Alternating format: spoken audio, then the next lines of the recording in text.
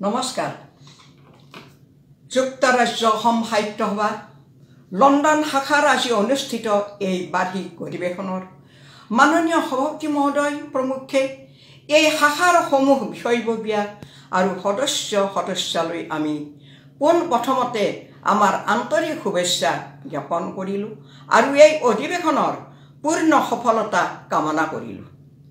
শ্ৰদ্ধেয় সভাপতি মহোদয়, যুক্তৰাজ্য অসম সাহিত্য সভা লণ্ডন শাখাৰ সমূহ কাৰ্যনিৰ্বাহক সদস্যবৃন্দ আৰু আজি অনুষ্ঠিত এই অধিৱেশনত উপস্থিত প্ৰবাহী অসমীয়া সাহিত্য অনুৰাগীসকল, 11 জুলাই তাৰিখে অনুষ্ঠিত হ'বলগীয়া অসম সাহিত্য সভাৰ লণ্ডন শাখাৰ এই বাৰ্ষিক অধিৱেশনখন আজি 25 জুলাই ইংৰাজী 2020 তাৰিখে অনলাইন মাধ্যমৰ জৰিয়তে অনুষ্ঠিত হোৱা হেতু আমি অতিশয় আনন্দিত আৰু সুখী হৈছোঁ।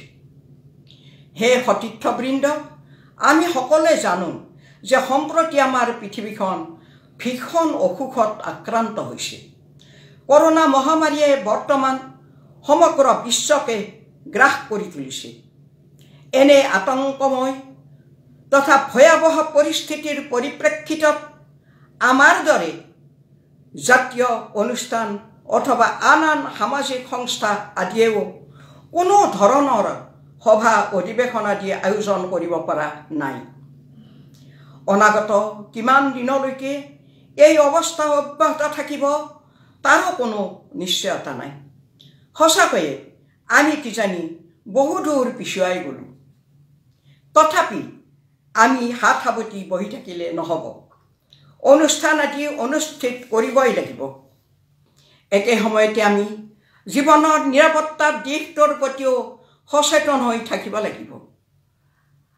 আমি সেয়ে জীৱনশৈলীৰ অলপ অচৰক পৰিৱৰ্তন কৰিবও লাগিব। পুৰাতন জীৱনচৰ্যাৰ সৈতে আমাৰ জীৱন যাপন পদ্ধতিৰ তুলনা কৰি চাব লাগিব।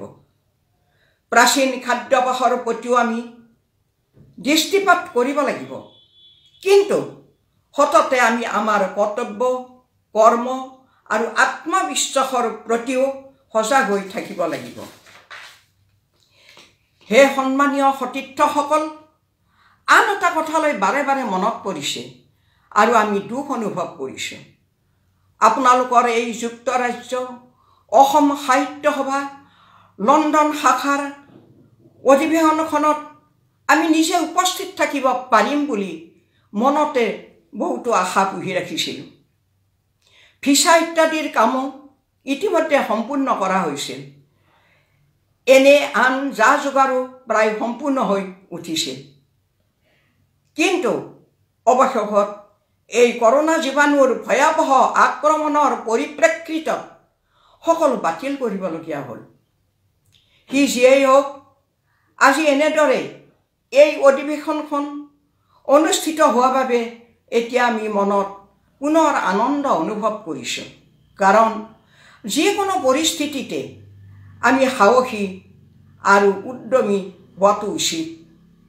পৰিস্থিতিয়ে আমাক যিমানেই নিৰুৎসাহিত কৰিব নোখোজক কিয়, আমি আমাৰ সাহিত্য সংস্কৃতিক জীয়াই ৰাখিবই লাগিব।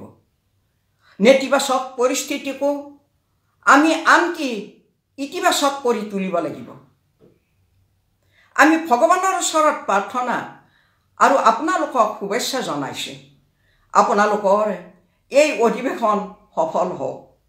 যুক্তৰাজ্য অসম সাহিত্য সভা বিশ্বত জিলিকি উঠক, এই কামনাৰে আৰু পুৰাতন ভাৰতীয় সহজ সৰল জীৱনশৈলী তথা খাদ্যাভ্যাস অনুসৰণ কৰি নিৰোগী দীৰ্ঘ জীৱন প্ৰাপ্তিৰ বাবে সদৌতিলৈ আহ্বান জনাই আপোনালোকৰ পৰা বিদায় মাগিছোঁ।